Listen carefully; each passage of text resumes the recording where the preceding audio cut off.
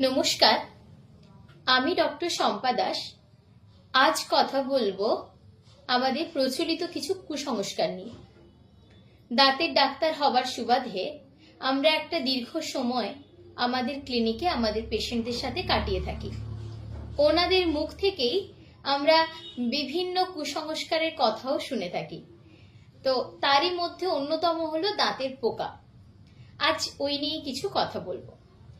কিছু মানুষ মনে করেন আমাদের দাঁতের মধ্যে পোকা হয় এবং এই পোকাগুলোই ভেতরে কামড় দেয়, সেই কারণে দাঁতে ব্যথা হয়, যন্ত্রণা হয় বা ভেতরে কটকট করতে থাকে, এরকম অনেক রকমের অনুভূতি তৈরি হয়।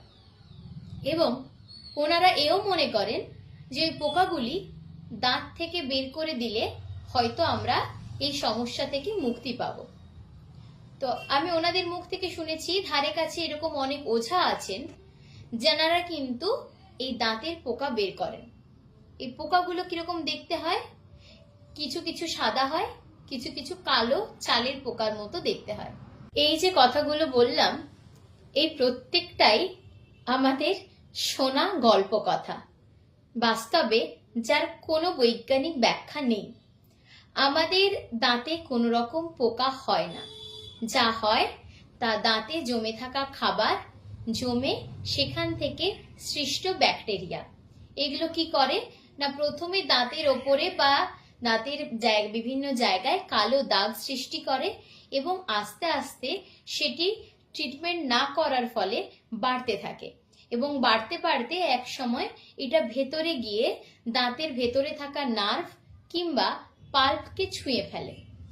এই নার্ভ কিংবা পাল্পকে ছুঁয়ে ফেলার ফলেই শুরু হয় ব্যথা, যন্ত্রণা এবং বিভিন্ন রকম অনুভূতি। তো তখন কি করতে হবে না, আপনাকে ট্রিটমেন্ট করাতে হবে।